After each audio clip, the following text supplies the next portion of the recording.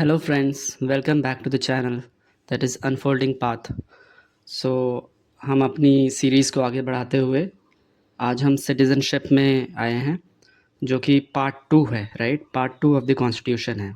हमने part 1 complete किया है और अभी पार्ट 2 ऑफ द कॉन्स्टिट्यूशन चल रहा है जो that is chapter 2 and part 2 में सिटीज़नशिप है जिसके आर्टिकल्स है article 5 to 11। Okay, so let us start, है ना?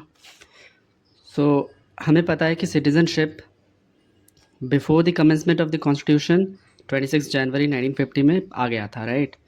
कब आया था? 1949 में ही, जब 26 नवंबर 1949 में जब अपना कॉन्स्टिट्यूशन एनैक्ट हुआ था। अडॉप्ट हेयर एंड एनैक्ट हम जो प्रीएम्बल में पढ़ते हैं, तो उसी टाइम पे 3 चीज़ें लागू हो चुकी थी। तो उनमें से एक था सिटीज़नशिप, ठीक है? तो फिर उस सिटीज़नशिप में आर्टिकल 5 से लेकर आर्टिकल 8 तक वो तब लागू हुआ था, बट नाउ अब वो लागू नहीं होता है। सिटीज़नशिप एक्ट ऑफ 1955 के तहत हम सब सिटीज़नशिप को जितने भी लॉ है उसके हिसाब से चलते हैं। अभी ये सब चीज़ें नहीं लगती हैं, but then also we have to read it, ठीक है? For the exam purpose, exam में क्वेश्चन पूछे जाते हैं, इसीलिए हमको पढ़ना पड़ेगा। फिर 26 जनवरी 1950 के बाद सिटीज़नशिप एक्ट ऑफ 1955 लागू होता है, ठीक है? और ये सब लागू नहीं होते हैं, ठीक है? So let us study this, okay? Citizenship बहुत ही इंपॉर्टेंट चैप्टर है, not for knowing it, not for studying it, but actually ये अपनी लाइफ लॉन्ग में भी हमें बहुत ज़रूरी है। एंड आपको पता ही है सिटीज़नशिप के लिए लोग कहाँ से कहाँ जा रहे हैं, राइट? वेस्ट बंगाल में तो बहुत बुरी हालत है एसआईआर के लिए, like that, and in many states, ठीक है? तो सिटीज़नशिप एक मच मोर प्रोपेगेंडिस्ट, इवन बहुत डिबेटेबल टॉपिक है प्रेजेंट इशू में, and most of the BLROs and so many things are happening around us. So apart from it, just learn, let us see what actually citizenship is, right? तो फिर article 5 constitution of India में actually में अगर देखा जाए तो अपना Indian citizenship और कंपेयर किया जाए विद द यूएसए, तो यूएसए में डबल सिटीज़नशिप होता है, राइट? एंड इंडिया में सिंगल सिटीज़नशिप है ना? हमारा तो डबल सिटीज़नशिप नहीं है। यूएस में सेनेट और जो यूनियन है ना, दोनों का अलग अलग सिटीजन्स है, तो डबल सिटीज़नशिप ले सकता है इंसान। बट इन इंडिया में सिंगल सिटीज़नशिप है जो कि हमने यूके और ब्रिटेन से लिया है, राइट? हमने लिया है यूके से, दैट इज़ ब्रिटेन, है ना? वहाँ से हमने लिया है सिंगल सिटीज़नशिप। तो इंडिया में सिंगल सिटीज़नशिप होता है। तो according to article 5 of the Indian constitution, citizenship at the commencement of the constitution, जब कॉन्स्टिट्यूशन बना था तो फिर उस टाइम पे सिटीज़नशिप, है ना, अगर एक पर्सन है, shall be deemed to be a citizen of India on 26 January 1950। और जो भी इंसान है, जो भी पर्सन है, वो सिटीज़न ऑफ इंडिया कहलाएगा ऑन 26 जनवरी 1950 अगर वो इनमें से कोई भी एनी वन फुलफ़िल कर दे, ठीक है? Criteria, conditions. कौन सा पहला है? Born in India. दूसरा है either of the parents was born in India, दोनों में से कोई भी एक पेरेंट अगर इंडिया में बॉर्न हुआ है। Has been ordinary resident of India, ordinary resident है इंडिया का for at least 5 years immediately before 26 January 1950। तो 1945, राइट? 1945, है ना, तक basically for at least 5 years immediately before this, है ना? तो इमीडिएटली बिफोर दिस 5 साल तक अगर कोई ऑर्डिनरी रेजिडेंट ऑफ इंडिया है तो वो सब सारे के सारे सिटीज़नशिप पा सकते हैं और सिटीज़न ऑफ इंडिया कहलाएंगे, राइट? ये कहता है आर्टिकल 5। आर्टिकल 6 क्या कहता है? ये कहता है कि बिफोर 19 जुलाई 1948 अगर it provides the right of citizenship to a certain person who have migrated to India from Pakistan. कोई भी सिटीज़न अगर पाकिस्तान से इंडिया की तरफ माइग्रेट किया है बिफोर 19 जुलाई 1948 तो फिर उसको सिटीज़न ऑफ इंडिया ऐसे ही मान लिया जाएगा, उसके लिए कोई भी रजिस्ट्रेशन वगैरह करने की ज़रूरत नहीं है, ठीक है? तो आर्टिकल 6 ये कहता है। आर्टिकल 7 क्या कहता है? बिफोर 1 मार्च 1947 कोई भी rights of citizenship of a certain migrants, कोई भी पर्सन अगर इंडिया से पाकिस्तान जाता है फिर पाकिस्तान से वापस इंडिया आता है, राइट, बिफोर 1 मार्च 1947, तो उसको सिटीजनशिप दे दिया जाएगा, ठीक है। Right of citizenship of certain migrants, जो भी इंडिया से पाकिस्तान, फिर पाकिस्तान से इंडिया वापस जब लौट रहा है इंडिया की तरफ, तो उसको सिटीज़न मान लिया जाएगा बिफोर 1 मार्च 1947, इसके बाद नहीं, ठीक है। उसके बाद उसको रजिस्ट्रेशन वगैरह सब कुछ करना पड़ेगा। आर्टिकल 8 क्या कहता है, ये सब याद रखना, ये सब बिफोर 26 जनवरी 1950 है ना, before commencement of the constitution ये कहलाया गया था, ठीक है। तो आर्टिकल 8 क्या कहता है, right of A citizenship of a certain person of Indian origin residing outside India. कोई भी पर्सन जो कि इंडिया के ओरिजिन का है बट वो इंडिया के बाहर रह रहा है, ठीक है, तो उसके लिए भी आर्टिकल 8 आता है कि वो राइट ऑफ सिटीजनशिप उसका है, ठीक है, सर्टेन पर्सन। आर्टिकल 9 क्या कहता है, provided that if any person voluntarily acquired the citizenship of foreign state will no longer be a citizen of India। अगर कोई भी voluntarily किसी और कंट्री का सिटीजनशिप बन जाता है, ले लेता है फॉरेन कंट्री का, तो फिर वो ऑटोमेटिकली इंडिया का सिटीजन्स हट जाएगा उसका, ठीक है, नहीं होगा। आर्टिकल 10, लेकिन हाँ फॉर एग्जांपल अगर कोई बेबी बॉर्न होता है कहाँ पर, ये क्वेश्चन पूछा जाएगा कि भाई कोई बेबी बॉर्न हो रहा है यूएसए में तो डबल सिटीजनशिप है, राइट। तो फिर वहाँ पर इंडिया का बंदा है, वो मान लो तुम हो, ठीक है, अपनी वाइफ के साथ तुम्हारा बेबी बॉर्न हुआ यूएसए में, तो यूएसए में बॉर्न हुआ, तो फिर वो अब ऐसा है कि वहाँ पर क्या है कि जस्ट सॉली है, मतलब जस्ट सॉली मतलब कि अगर वो वहाँ पर ही बॉर्न होता है तो बॉर्न होते ही उसको सिटीजनशिप मिल जाता है। ये इंडिया में था पहले, लेकिन आफ्टर दिस सिटीजनशिप एक्ट 1955 के बाद ये चीज़ हटा दिया गया, जस्ट सॉली वाला, राइट। तो फिर क्या होता है कि अब वहाँ पर है यूएसए में तो सिटीजनशिप यूएस का मिल गया, but at the same time India का भी सिटीजनशिप है वो उसके पास। तो फिर उनको टाइम दिया जाता है 18 साल तक, जब तक वो 18 साल का होगा तब तक they have to take a decision कि वो इंडिया का सिटीजनशिप बनेगा या फिर यूएस का, ठीक है। अदरवाइज 18 साल तक वो दोनों सिटीजनशिप एक्वायर लगा सकता है, ठीक है। सो इसमें वो चीज़ लागू नहीं होता है, but at the same time अगर कोई भी वॉलंटरीली एक्वायर कर लेता है citizenship of foreign state, then वो no longer will be a citizen of India, है ना।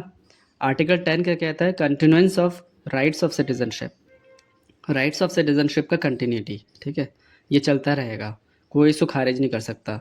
भाई कल को कोई और न्यू लॉ बना दिया, फिर तुम सिटीज़न नहीं हो इस लॉ के तहत, ऐसा नहीं होगा, वो कंटिन्यूटी में रहेगा। आर्टिकल 11 क्या कहता है, parliament to regulate this rights of the citizenship by law.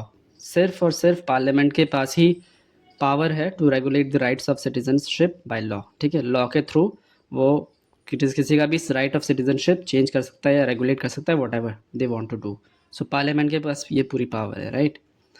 अब हम आते हैं सिटीजनशिप एक्ट ऑफ 1955, ठीक है। ये डील करता है with the provision of citizenship after 26 January 1950, acquisition of citizenship. तो फिर आफ्टर 26 जनवरी 1950 ये सिटीजनशिप एक्ट आता है 1955 में, जो कि डील करता है सिटीजनशिप पे, ठीक है।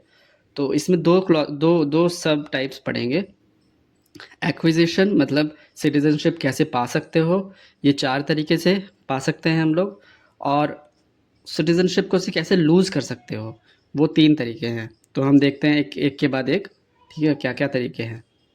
तो अगर आपको सिटीजनशिप एक्वायर करना है तो फिर ये सब लागू है, राइट, क्योंकि आफ्टर है ना, तो ये अभी तक लागू है। तो अगर सिटीजनशिप एक्वायर करना है तो क्या क्या है, तो फिर बाय बर्थ आप कर सकते हो, अगर आप यहाँ पैदा हुए हो इंडिया में तो फिर आप सिटीजनशिप डायरेक्टली पा सकते हो, सिटीज़न हो आप। बाय डिसेंट मतलब अगर आप इंडियन ओरिजिन हो लेकिन आप अभी प्रेजेंटली इंडिया में नहीं रह रहे हो, तब भी आप सिटीजनशिप पा सकते हो। लाइक आपका कोई पेरेंट्स है, दोनों फादर मदर में से कोई भी एक है जो कि इंडिया का है, बट आप करेंटली यूएस में रह रहे हो या फिर यूके में रह रहे हो, तब भी आप सिटीजनशिप एक्वायर कर सकते हो।